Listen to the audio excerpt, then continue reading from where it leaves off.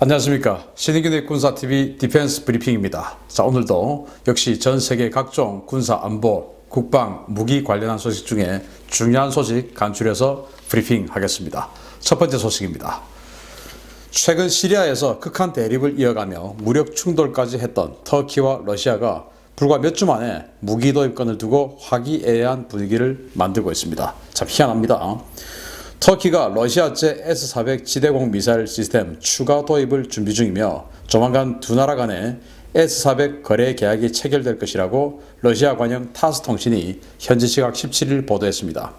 타스는 러시아 정부 관계자를 인용해 가까운 미래에 터키와 두 번째 S-400 미사일 판매 계약을 체결할 것으로 믿는다 라면서 현재 터키와 관련 협의를 진행 중이다 라고 보도했습니다. 당초 터키는 러시아로부터 S-400 미사일을 도입하기로 결정한 뒤에 미국과 극한 대립 양상을 보였지만 지난 2월 시리아의 이들리브 무력 충돌을 계기로 러시아와 대립하며 미국으로부터 패트리어트 미사일 도입을 협상을 진행해 왔습니다. 특히 터키는 이들리브에서 러시아와 직접적인 무력 충돌을 겪은 직후에 나토 군사 개입 가능성까지 언급하며 러시아를 압박했었는데요. 이러한 상황이 발생한 지 보름도 채 지나지 않아서 러시아로부터 S-400 미사일을 추가로 도입하고 공동 생산까지 검토한다는 입장을 내놓아서 관계자들을 어리둥절하게 만들고 있습니다. 터키의 이러한 행보는 최근 유엔 주재 대사까지 터키에 보내며 터키와의 관계 회복을 모색하던 미국의 뒤통수를 치는 격인데요. 도대체 에르도안 대통령이 무슨 생각으로 이런 기행을 벌이는지 정말 궁금합니다. 야, 터키 참 희한한 나라입니다. 작년에 S-400 미사일 도입 때문에 완전히 미국하고 갈라섰죠. 그리고 완전히 나토까지 탈퇴할 그런 기세로 나갔는데 지금 이제 시리아 북부 지역에서 시리아를 침공을 했죠. 터키가. 그러면서 러시아와 완전 극한 대립을 이었고 또 한 달 전쯤에는 러시아의 수호이 24 전폭기가 터키군 초소를 직접적으로 폭격을 했어요. 그래서 사상자까지 발생을 했습니다. 그리고 이제 다시 또 터키는 보복을 하고 이런 상황에서 또 러시아는 가만두지 않겠다라고 또 발표를 했고 그러면서 이제 지금 유엔 주재 미국 대사가 터키를 방문해가지고 상황을 이렇게 보면서 지금 터키가 하는 일이 맞다. 그래서 앞으로 우리는 터키를 도울 거야. 그리고 이 상황에 자꾸 러시아가 저러면 우리 나토 전체가 다 여기에 집중되는 수가 있어. 터키 건드리지 마. 이런 식으로 또 했죠. 그러면서 터키 니들 지대공 미사일 지금 필요하니까 우리 패트리어트 미사일 이거 다시 하자라고 지금 협상을 하고 있는 와중에 패트리어트 미사일과 S-400은 경쟁 기종 아닙니까? 이제 팩3는 단거리지만 팩3와 팩2를 같이 쓰거든요. 하나의 발사대에서. 그러니까 팩2 꽂으면 팩2 발사대가 되는 것이고 팩2 대신 빼고 팩3 4발 꽂으면 쿼드팩이니까 4발 꽂으면 팩3 발사대예요. 그러니까 이 패트리어트 미사일은 팩2와 팩3가 동시에 들어가는 겁니다. 그러니까 이 S-400하고 완전히 경쟁 기종인데 이거 지금 미국하고 협상하면서 지금 터키가 다시 지금 러시아와 S-400을 추가 도입한다. 이 S-400 때문에 미국하고 어떻게 됐는데 또 추가 도입한다. 이거 정말 황당한 일인데요. 이건 터키가 확인한 게 아니고 러시아 타스 통신에서 나왔으니까 러시아의 희망사항일 가능성이 높습니다. 그런데 이제 이 타스 통신에 협의 중이다. 그리고 판매할 수 있을 것으로 믿는다. 이런 식으로 이제 운을 지금 떼고 있는데 협의라는 것은 살래요? 어떻게 할래요? 이렇게 던진 이 상태에서 협의는 협의죠. 자기네들은 던졌으니까 대답이 왔든지 말든지 간에.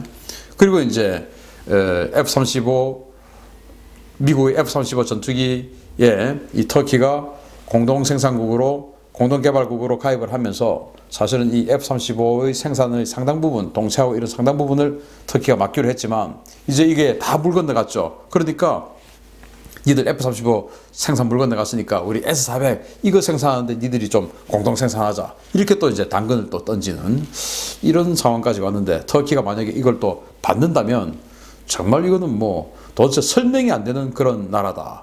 라고 생각을 할 수밖에 없고요. 저는 안 받을 거로 봅니다만 참 황당한 뉴스라서 알려드립니다.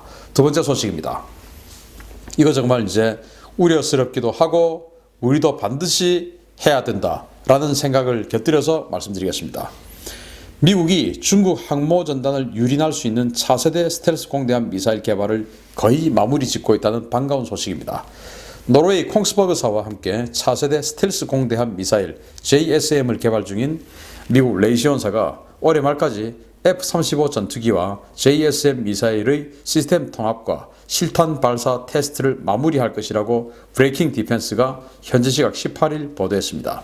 레이시온은 JSM 미사일을 공군용 F-35A와 해군용 F-35C 전투기 내부 무장창에서 운용하기 위한 피팅 작업을 마쳤으며 기존 FA-18EF 그리고 F-16 전투기 그리고 F-35B 전투기 외부 파일런에 탑재하는 시스템 통합 작업을 거의 마무리 지었다고 밝혔습니다. 노르웨이 콩스버그의 NSM 대함미사일을 기반으로 개발된 이 JSM 미사일은 초저공 시스키밍 비행 모드에서 185km의 사정거리 그리고 고고도 비행 모드에서 555km에 달하는 엄청난 사정거리와 250kg에 달하는 강력한 탄두를 가진 미사일입니다. 특히 이 미사일은 스텔스 설계와 완전 패시브 방식의 표적 추적 시스템, 파고 적응형 시스키밍 기능을 채택해서 현존하는 대공 방어 무기로는 탐지가 거의 불가능한 것으로 평가되는 미사일인데요. 이러한 미사일이 F-35 전투기의 내부 무장창에 탑재될 경우에 한두 개 편대만으로 적의 항모 전단을 괴멸시킬 수 있는 강력한 공격 능력을 갖게 될 것으로 보입니다. 미 해군은 이 내년에 JSM 미사일 초기 작전 능력을 선포하고 2023년부터 대량 생산에 들어간다는 방침인데요.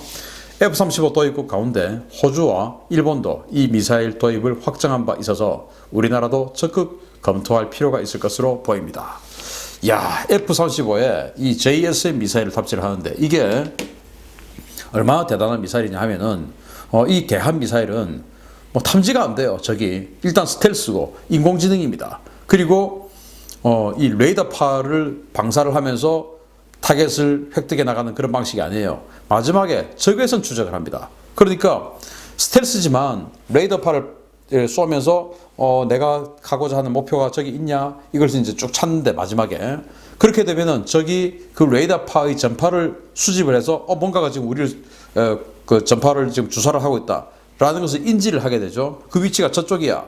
그러면 근데 형상은 안 보여. 그런데 레이더파가 보여. 아, 스텔스 미사일이 오고 있구나라고 인식을 하게 되겠죠. 그쪽에 이제 뭔가 여격 체계를 가동할 수 있게 되는데 이건 그런 레이더파도 없습니다. 뭐냐면 마지막에 적외선 카메라를 가지고 그냥 보는 겁니다. 적외선 카메라.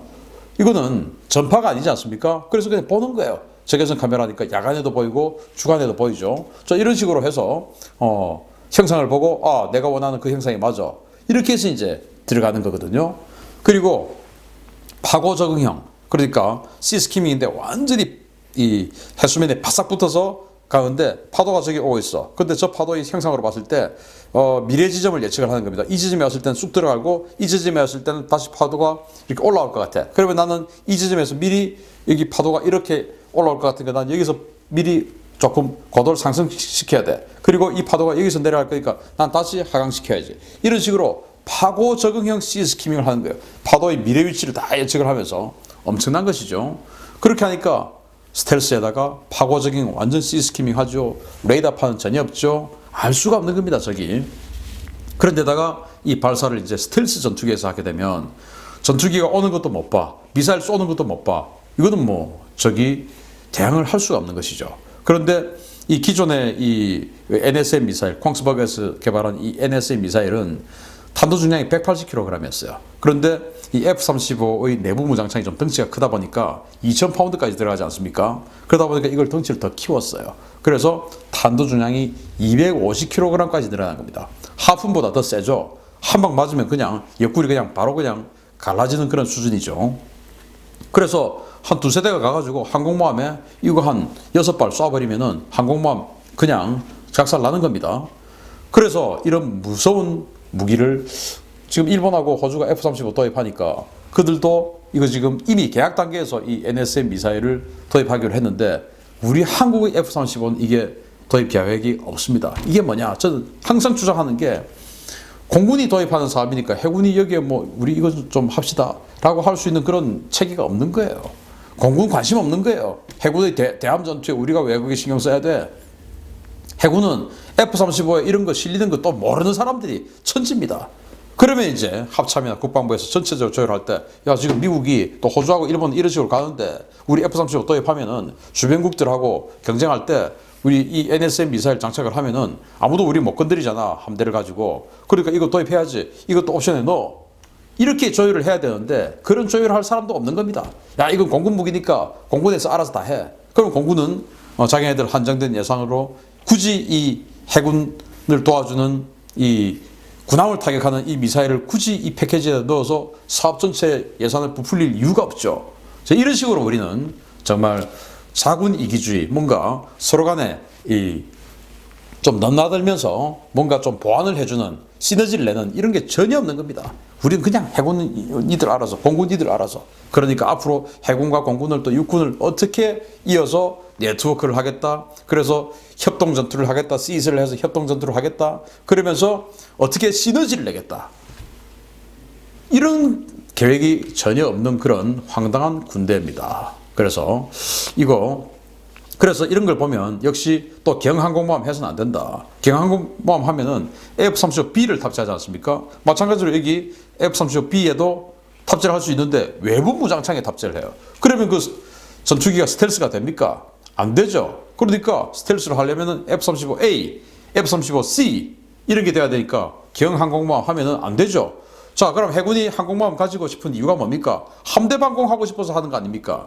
함대 방공하려면 스텔스 전투기 띄워가지고 스텔스 대한미사일 때리는 이런 게 돼야 되는데 스텔스 전투기를 띄워서 이 스텔스 미사일을 밖에다 갖다 붙이는 바람에 미사일도 스텔스가 안 되고 전투기도 스텔스가 안 되는 이런 바보 같은 짓을 해서 되겠습니까? 안 되죠. 그러니까 경항공모함 안 되죠. 왜? F-35B는 내부 무장창이 작습니다. 수직 이착륙 이 엔진이 들어가기 때문에 내부 무장창이 작아서 이런 덩치 큰 미사일이 안 들어가니까 날개에다 달겠다는 겁니다. 그래서 이런 면을 봐서도 경항공모함 해서는 안 된다. 하면은 중형항공모함, F-35C를 탑재할 수 있는 중형항공모함. 그거 안 되면 하지 말아야 됩니다.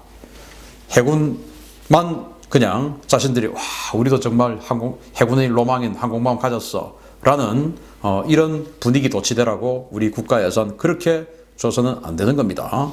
자, 이거 우리 도입을 빨리 우리 방사청 국방부에서 추진해야 된다. 왜? 일본이 이거 도입해가지고 앞으로 독도에서 뭔가 분쟁이 생겼을 때 F-35 딱 뜨면 우리는 그냥 다 가는 겁니다. 어떻게 죽는지도 모르고 다 죽는 거예요. 모르고 그냥 날아오는데. 그래서 우리도 이걸 갖고 있으면 F-35 있으니까 일본 군함들이 못 들어오죠. 이게 억제력인 거예요. 빨리 이거 도입해야 됩니다.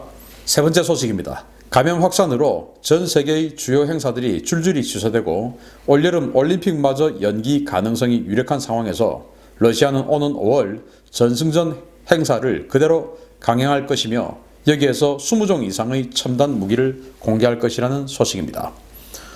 오는 5월 9일 러시아의 전승절 기념 행사는 최근의 감염병 확산 사태와 무관하게 그대로 강행될 예정이며 여기에서 20종 이상의 신형 무기가 대비하고 225종의 각종 무기가 공개될 것이라고 타스 통신이 보도했습니다. 러시아 국방부는 현재 모스크바 인근의 알라비노 훈련장에 대규모 병력과 장비가 집결해서 전승절 기념 열병식 행사를 준비 중이며 이번 행사를 통해서 그동안 공개되지 않았던 첨단 무기들이 대대적으로 공개될 것이라고 선전했습니다. 이번에 공개되는 무기는 신형 사르마트 대륙간 탄도미사일을 비롯해서 S-350과 S-400 지대공 미사일, 부크 M3 지대공 미사일, 아르마타 전차와 쿠르가네츠 보병 전투차 등이 대표적인데요. 러시아는 이번 행사에서 미국을 겨냥한 다양한 전략 무기도 선보일 예정입니다. 그러나 대중들은 이번에 공개되는 첨단 무기보다 행사의 안전성에 더 관심을 두는 모양새입니다.